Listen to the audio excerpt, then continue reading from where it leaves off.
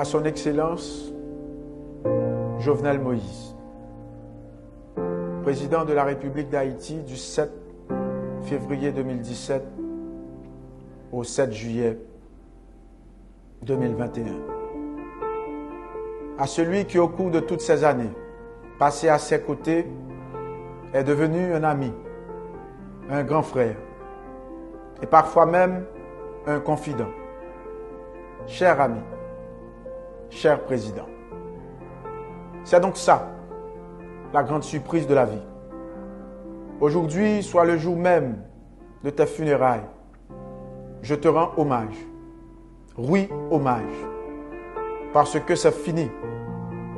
Parce que tu n'es plus. Parce que des assassins t'ont lâchement enlevé la vie. Jamais, Monsieur le Président, tu ne m'appelleras El Hombre. Cette façon affective de m'appeler, El Hombre, petit frère, c'est fini. C'est fini, mais ceux qui t'ont assassiné n'ont pas gagné. Ah non, ils n'ont pas gagné. Ils t'ont peut-être enlevé la vie, mais ils ont donné une force et une énergie inébranlables au peuple haïtien dans sa quête constante de changement, de mieux-être et de la construction d'un bien meilleur pays.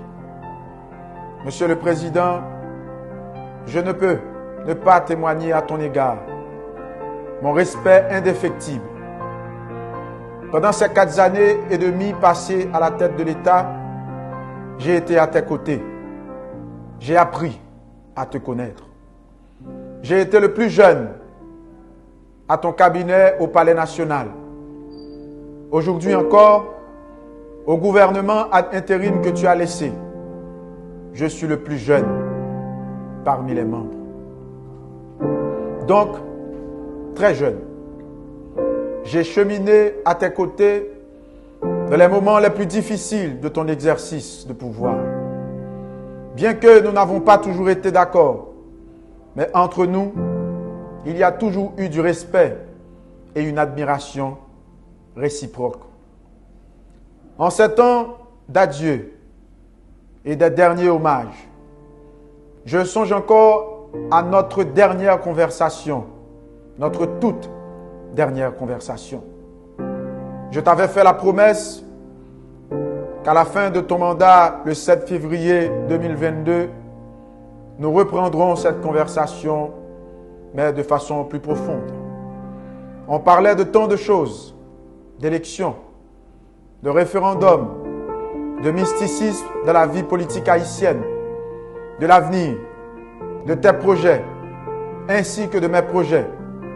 Je n'ai jamais pensé un instant que j'allais te perdre, que le pays allait te perdre. Et plus encore, que ta famille allait te perdre. Président Jovenel Moïse, grand frère, cher ami, c'est ainsi et c'est ici que termine le voyage. Ton voyage. Le voyage du peuple haïtien continue. Il y a eu des leaders, il y en a aujourd'hui et il y aura d'autres leaders demain. Il y en a toujours eu. Et je suis sûr et certain que tu as offert ta vie en holocauste pour fermer un cycle infernal ouvert depuis le 17 octobre 1806 par l'assassinat du premier chef d'État haïtien, l'empereur Jean-Jacques Dessalines. Je ne peux personnellement te faire la promesse que tu trouveras justice, président. L'histoire peut-être, et qui sait, la petite histoire dira comment ça s'est passé cette nuit-là. Peut-être déjà, beaucoup de monde sait dans les détails la façon dont tu as été livré, liquidé, trahi. Je ne peux donc personnellement te faire la promesse de justice. Il est évident que c'est ce que j'espère. Il est évident que c'est mon souhait, que c'est mon attente. Mais je sais, les forces obscurantistes sont puissantes et peuvent facilement falsifier les résultats de l'enquête et avec le verdict final des juges. Mais malgré tout, je tiens à te faire une promesse. Tes idées, tes rêves, tes souhaits, tes aspirations pour les vulnérables et les plus pauvres, non seulement j'y tiens, je sais aussi que les forces de la nature se mettent déjà en œuvre pour que le peuple haïtien puisse vivre dans le respect, la dignité et le progrès. Pars en paix, Président. Traverse l'autre dimension de la vie avec sérénité, car la fin de cette vie, ce n'est pas la fin de toute vie. J'espère qu'un jour, nous nous reverrons. Puisse les guides spirituels t'accompagnent dans ce voyage et te viennent en aide, si nécessaire bien sûr. Au revoir, Président Jovenel Moïse. Paix à ton âme. Bon voyage.